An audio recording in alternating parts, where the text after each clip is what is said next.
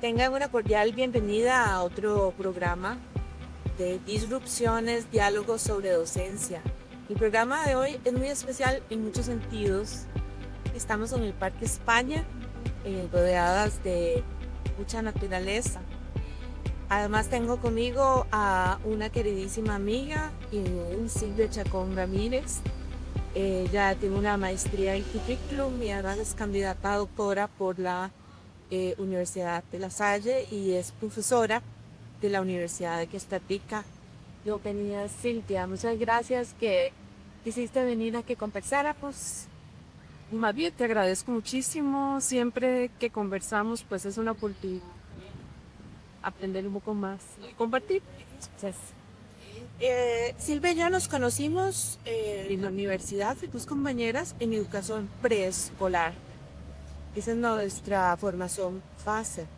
Muy interesante que aquí al lado del Parque España, en la esquina del edificio metálico, está la edificación que albergó el primer jardín de infantes de Costa Rica, el jardín tesoriano que fundaron Carmen Lina y María Isabel Carvajal.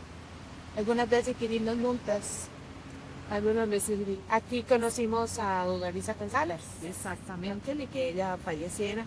Y conversábamos Silvia y yo antes de empezar eh, con- a conversar con ustedes que nuestra formación como maestras de preescolar, a pesar de lo que el imaginario piensa, nos ha permitido avanzar con nuestra mirada y nuestro pensamiento hacia nuevas formas de ver el mundo y la educación.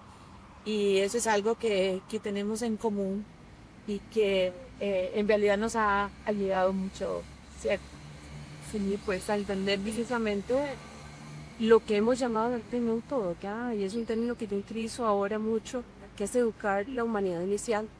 Es decir, cómo desde que la humanidad inicia empezamos a educarnos nosotros como seres humanos, como adultos que somos y la humanidad, porque cuando nacemos bebés no somos humanos, no estamos humanizados. Y entonces vivimos culturalmente un proceso que nos lleva a que todo lo que nos rodea, todas las personas y todas otras especies que viven con nosotros, nos ayudan a ser humanos. Y ese es el proceso de educación. Eso es. Eh, sí, ven, el proceso educativo, bueno, desde que el ser humano se ha dado, luego se institucionalizó, porque en muchos siglos hemos tenido un cierto sistema educativo, y ahora mucha gente habla que hay que cambiar el sistema educativo, hablamos mucho, desde el preescolar hasta la universidad. Eh, Sin embargo, no siempre sabemos qué hacer en ese sistema educativo.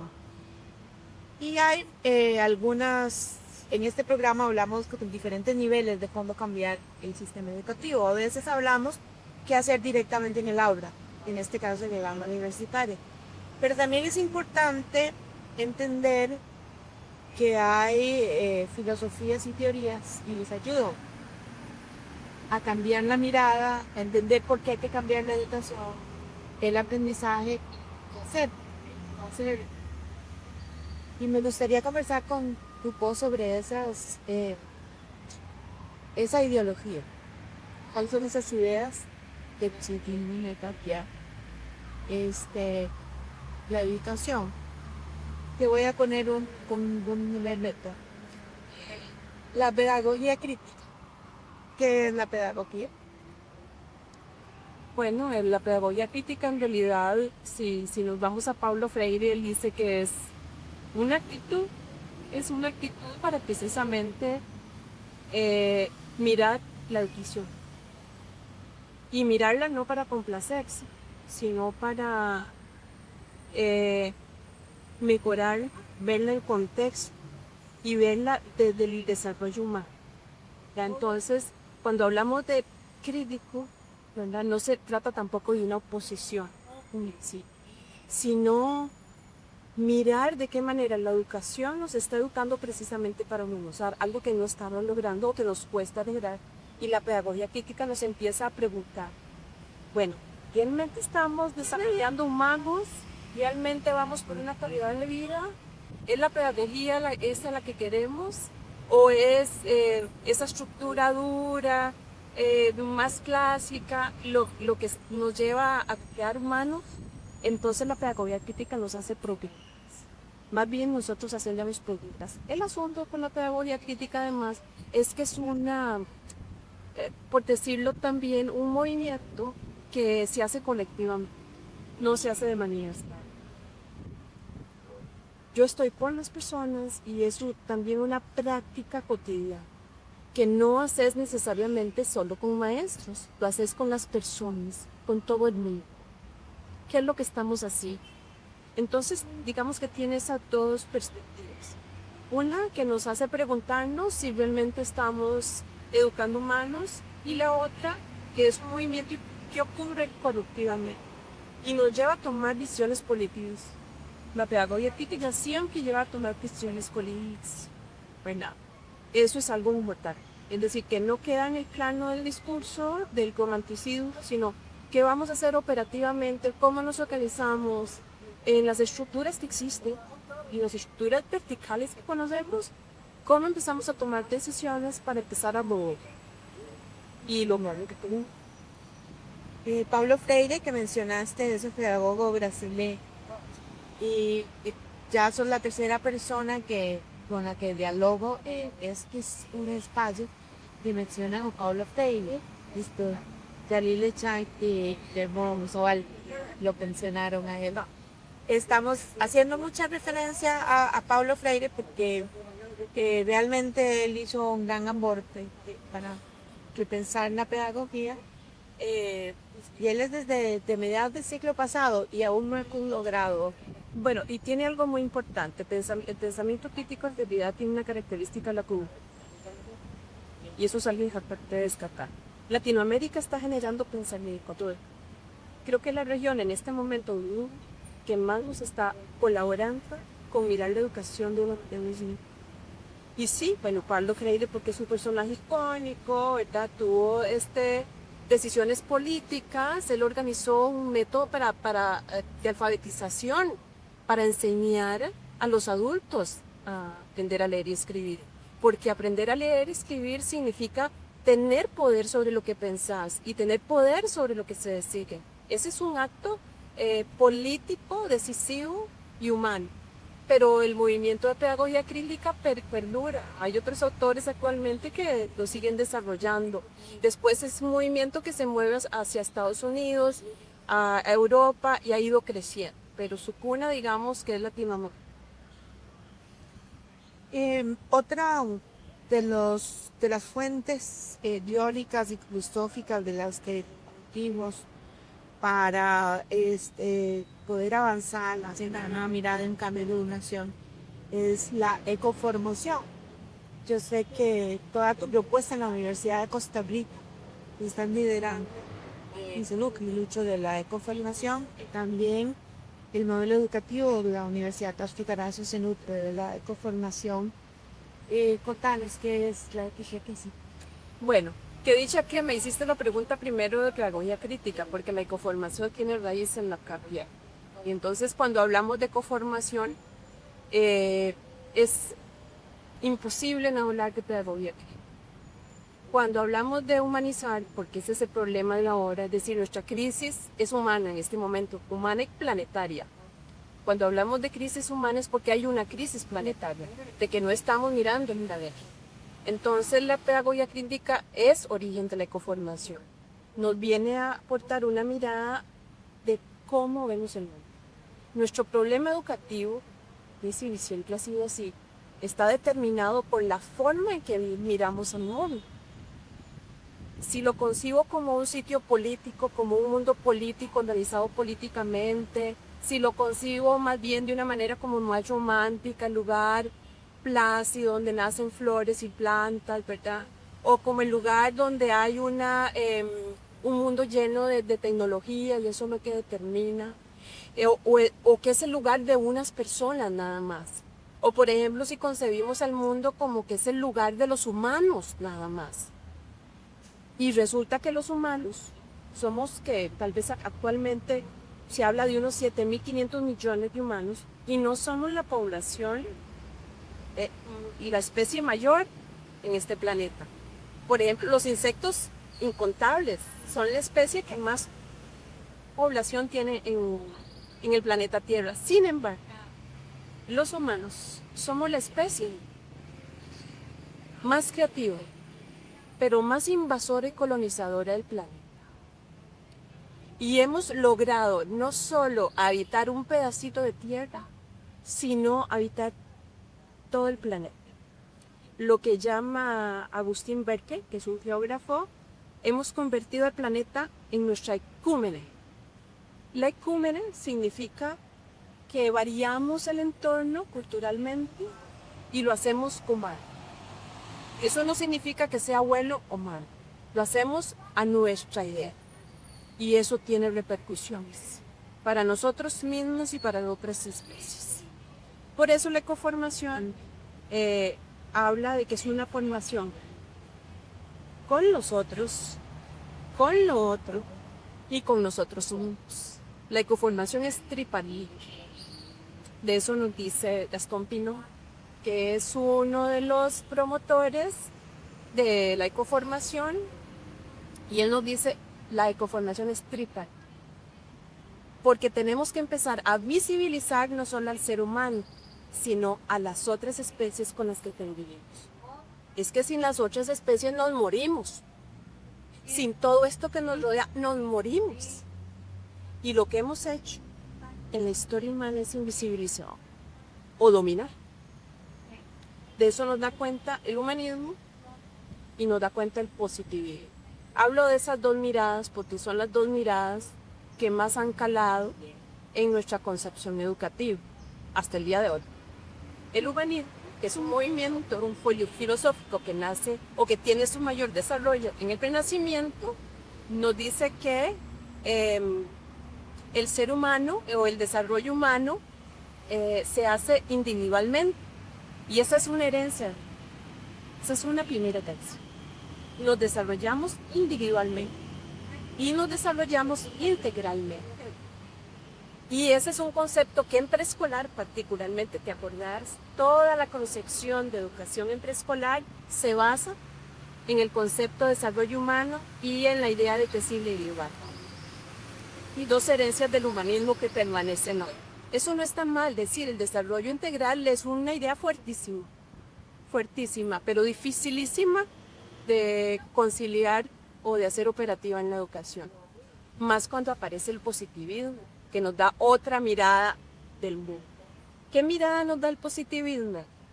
Bueno, este es otro movimiento filosófico, otra escuela filosófica, que nos dice que hay que hacer un cambio social, pero que el cambio social va a ocurrir por medio de la ciencia y la tecnología y de la producción, es decir, que por medio del método científico vamos a descubrir las leyes sociales que ayuden a cambiar la sociedad.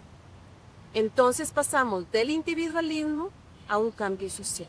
Esa es la segunda mirada, pero a través de la pedagogía Y del método científico. y del método científico como única estrategia para cambiar socialmente y para conocer el mundo. y para ingresar.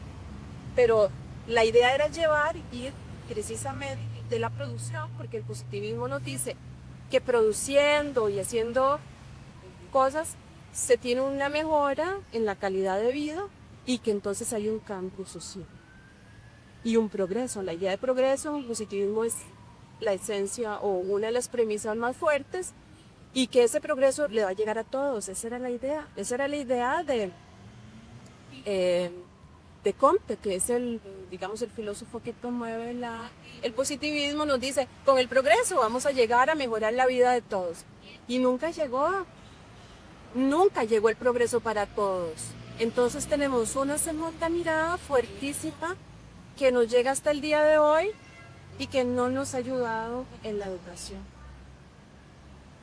Y en la vida en el planeta. Ni en la vida en el planeta. Entonces la ecoformación es una alternativa al humanismo Y el y positivo. al positivismo, que no niega el desarrollo personal, no lo niega, ni niega el bienestar social tampoco, todo lo contrario.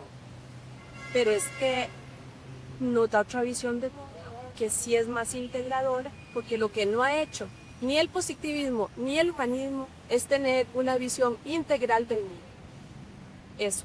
Entonces, la ecoformación nos viene, bueno, del pensamiento complejo que nos ayuda a mirar el mundo diferente, pensando que el mundo es integral, que no está dividido en partes, que la idea de una organización política es una idea, una de tantas, pero el mundo es integrado. Si no existieran las fronteras políticas, caminaríamos por todas partes como el aire, como los animales, ellos El no, agua, como el agua. Todo nuestro entorno natural fluye por todo el planeta. Los que no pueden fluir naturalmente somos nosotros los humanos. Si no veamos la crisis migratoria en este momento, que es el problema tal vez social mayor que en este momento existe, por producto de las guerras, los conflictos y lo que llamamos el problema de convivencia, es decir, concreto. La ecoformación plantea la convivencia como el problema existe. Nos da una visión de mundo integral, holística. ¿Qué significa holística? Bueno, que considera las partes y el todo y que puede haber reflejado el todo en las partes y viceversa. Ese tipo de mirada es muy difícil para nosotros los humanos porque yo, por ejemplo, crecí con el positivismo. Todo. Y mirando pedacitos de cosas y pensando que tenía que producir mucho para lo Y sin cuestionar el humanismo. y sin cuestionarlo. Conste que yo digo que del humanismo rescatamos eso, ¿no? Y del mismo positivismo como esa disciplina de estar permanentemente interesándonos, que y eso, el positivismo nos da como esa disciplina, ¿verdad? Pero no nos resuelve. Es decir, las dos son insuficientes. No es que esté mal, son insuficientes. Por eso viene en toda esta mirada ecoformativa a decirnos tenemos que educar a la humanidad, pues sí, todos de una manera distinta, para que a ver si podemos resolver este problema De convivencia planetaria, no solo con nosotros, sino con las otras especies. y con lo otro, y con decir, porque hemos inventado todo esto que está aquí, que es edificios, espacios, el ser humano tiene una gran capacidad para alterar el espacio y lo cambiamos. Veamos este parque hermoso, pero para que esto se produciera una alteración de lo que aquí vivía. Y claro, las otras especies son impresionantes también. Unas se extinguen, otras se adaptan.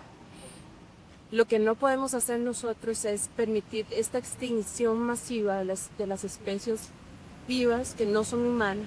Y por eso la ecoformación nos dice es que hay que aprender a mirar a lo no humano, porque lo hacemos invisible, es que tenemos que sentirlo como a la par de nosotros, sentirlo como parte de nuestra vida planetaria también. A partir de ese tipo, que se a partir de ese individuo. Hay otras especies, como dijiste al principio, no, una especie. Okay. Entonces digamos, de esta, ahora se habla de conciencia planetaria porque es tener la conciencia de la mirada que queremos tener del planeta, que nos cuesta muchísimo, porque nadie puede salirse del planeta, a excepción de los astronautas, ¿verdad? Que pueden estar fuera del planeta y ver aquella maravilla entera. Para nosotros es imaginarnos que es este globo, este cuerpo celeste que gravita en un universo, que es parte de un universo. Pero para nosotros es imaginar esa sensación que tal vez un astronauta me sentir. Tenemos la visión local, pero sentirnos ciudadanos situados de un planeta es una idea muy fuerte, difícil y más educativamente cómo hacerlo, porque toda nuestra estructura que es centenaria, la educación centenaria, de una estructura que es más positiva, más humanista, llevarla a tener una mirada diferente es muy difícil. Pero bueno, tiene que empezar a crecer, como muchos movimientos, que empieza a crecer ¿verdad? Como a infiltrarse ahí consciente o inconscientemente estas ideas en esos espacios que son tan verticales y tan estructurados. El sistema educativo. El sistema educativo. Y es una cuestión de supervivencia, como lo han dicho varias veces, ¿verdad? Tenemos que hacerlo. Ahora, todo esto me parece fundamental porque nos da la idea y nos refuerza que hay toda una razón por detrás de querer cambiar la educación, que no es una cuestión de bodas, que hay una ideología y que hay una necesidad de supervivencia y de convivencia. Podríamos hablar un poquito más concreto ahora, porque en todo este movimiento que lidera en la Universidad de Costa Rica, y como culturista que sos, lo has planteado en un currículum para formar a las nuevas docentes con esta mirada.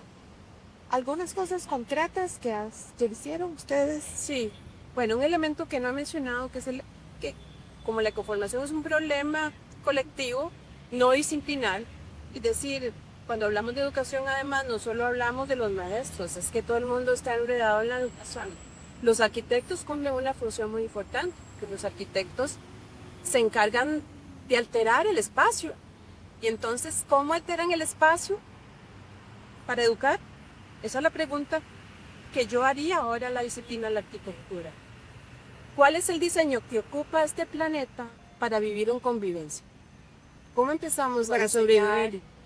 Para sobrevivir, pero es que eso no es suficiente, ¿no? Y la sobrevivencia es un estado que tal vez respiras, pero yo creo que queremos algo más que solo sobrevivir y es convivir, que es lo que nos da la felicidad. Menciono la felicidad porque es una aspiración humana. Nadie quiere vivir si no es para ser feliz. Y es un término que tiene que incorporarse en las aspiraciones educativas. La felicidad. Entonces, bueno, ese es un elemento. Incorporar una aspiración humana más clara respecto al humano, que es la felicidad. En preescolar añadimos además el concepto de cuidado, porque en preescolar trabajamos con población, humanidad inicial, que necesita ser muy bien cuidada. Y el concepto de cuido no es un asunto de cambiar pañales, es un asunto de que yo Sepa tener cuidado. mirarme en el otro, verte como me miro yo, y entonces tratarte con el respeto, la empatía, la ternura. La ternura no es un asunto romántico ni unos, es que ser tierno con el otro significa realmente que te estoy poniendo atención y me cortés. Entonces el concepto de cuidado, particularmente en preescolar, es muy importante, pero en realidad el cuidado para la humanidad es un término fundamental. Claro, yo soy de preescolar, te entiendo perfectamente en relación con los niños, pero inmediatamente hice la extrapolación a los adultos mayores. Hay que cuidarlos también. Pero después me fui a nosotras. Bueno, nos gusta cuidarnos y ser cuidados. Ahora que está, digamos, la ley de protección animal, que ha sido muy controversial, que hablar de tener, por ejemplo, ser responsables de otras especies. No se trata de tenerlos, se trata de cómo los cuidas y cómo los tratas como una especie que merece respeto también. Pero digamos que eso lo podemos dejar por otro momento. Hablamos de una incorporación de un nuevo terminología, pero no es incorporar nuevas ideas educativas en términos de lo que debe ser la educación para humanizar, para la convivencia, es decir, la aspiración. Primero tener que liderar la aspiración educativa.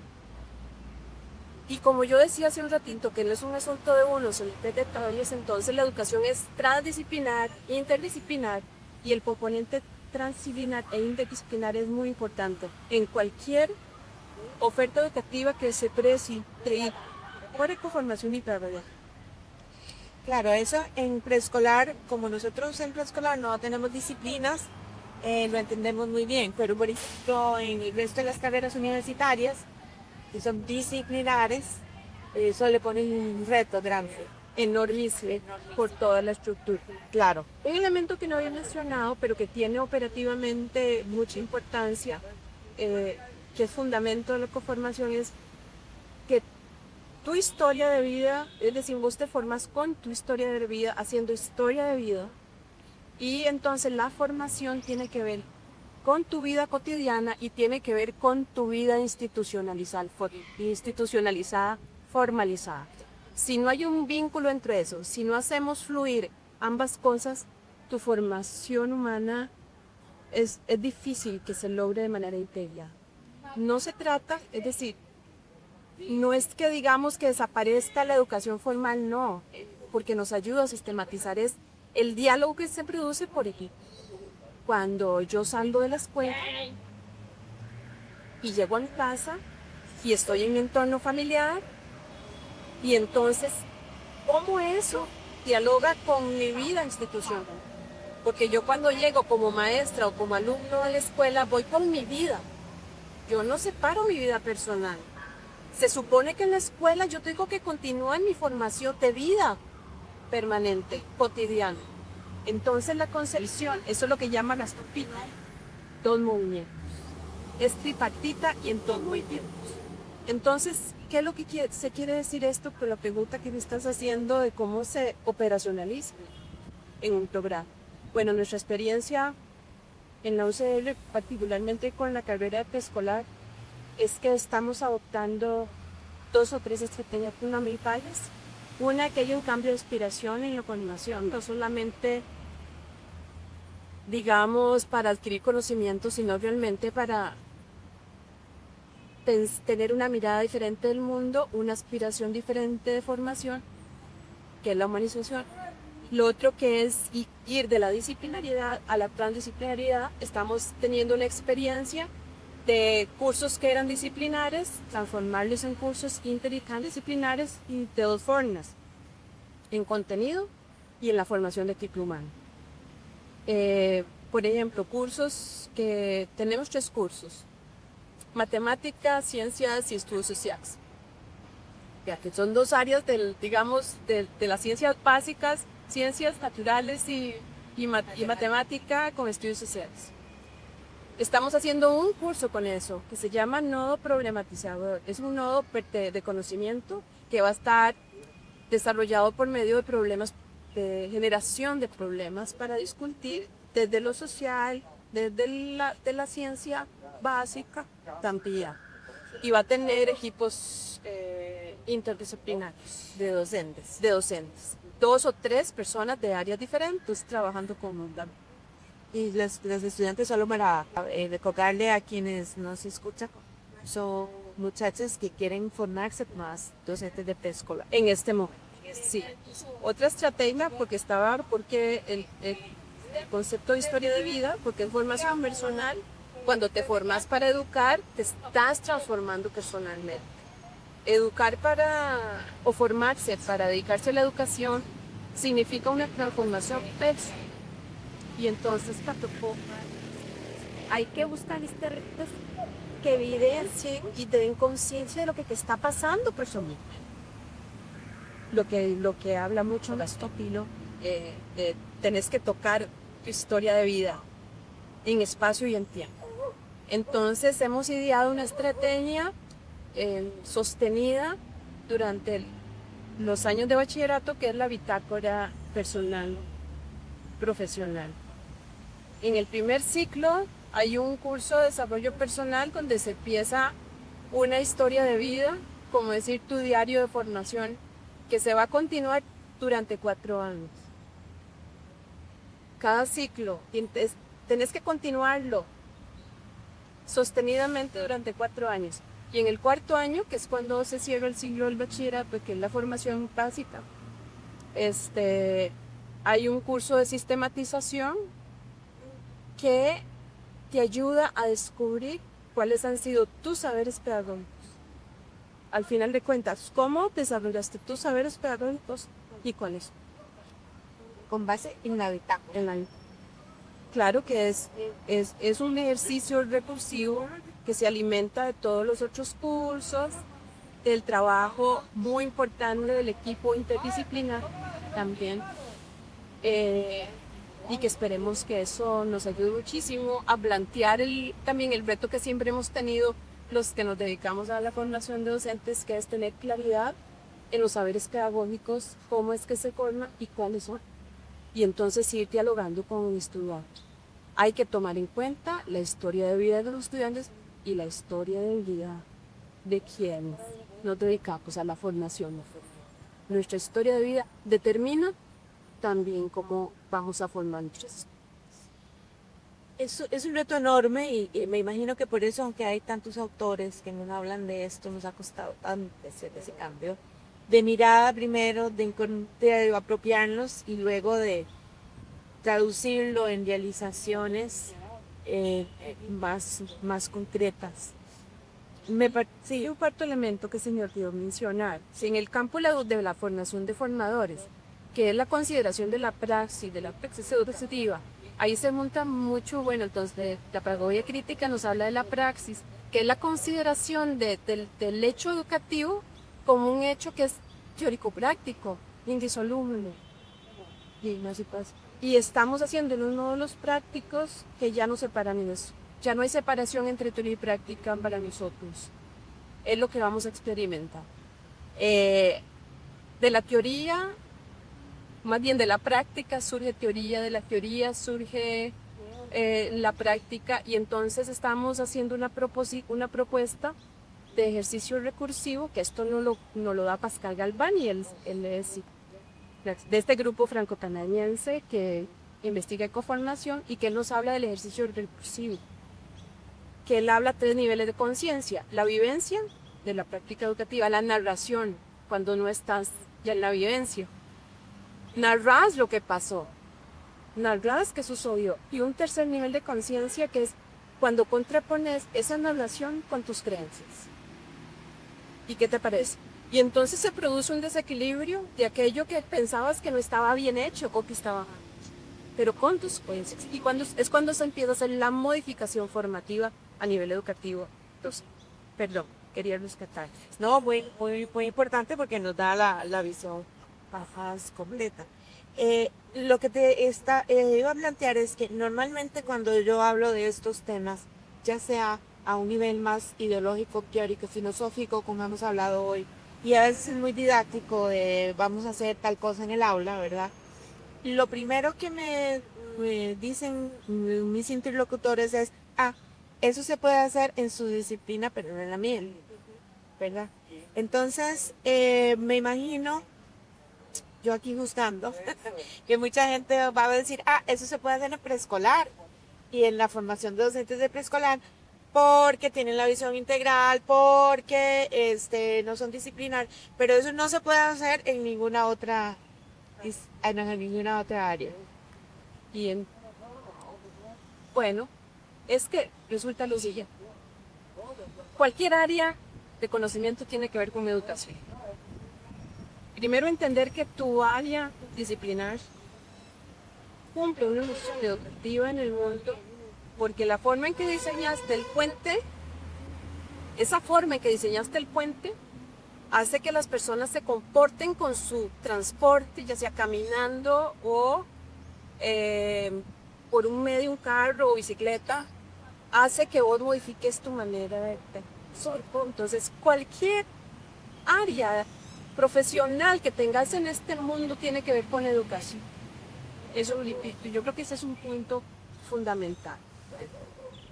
Por más científico que sea, o aunque fueras tan positivista, si no recordas el principio que tenía el positivismo, que era querer cambiar para bien la sociedad, porque tenía una buena idea el positivismo, pero bueno, se fue desvirtuando un poquito. ¿Cómo empezamos a entender nuestras disciplinas? ¿Para qué existe el curso? Ese es un ejercicio interesante de hacer, que el conocimiento no es por sí mismo, porque el conocimiento no va a andar caminando por ahí, aquí. El conocimiento es en razón de las personas que lo construyen, en razón de las sociedades que lo toman, y cualquier área tiene que ver socialmente con cualquier hecho. Entonces, trabajar disciplinarmente o interdisciplinarmente siempre te va a alimentar tu capacidad. Siempre. Porque te va a ayudar a cambiar tu mirada. Entonces, no, a veces no es que tengas que hacer cambios tan drásticos, por lo menos no inicialmente. Por lo menos no inicialmente. Pero por lo menos que se te ocurrió que aquel biólogo te podía explicar en el área de física o en el área de ingeniería por qué esa manera de diseñar el espacio cambia el entorno. ¿Y de Entonces, qué manera? ¿de qué manera y qué repercusiones podría tener cuando empezamos a dialogar con otra persona? Solo tener un ejercicio en el curso con otra persona, solo tener una conversación con otra persona y con el otro estudiante, ya solo eso te puede dar la oportunidad de mirar diferente. De tal manera que la transdisciplinariedad o la yo digo, bueno, no empecemos solamente a conversar interdisciplinariamente. No pensemos en lo transdisciplinar, no. Después se convierte en una necesidad.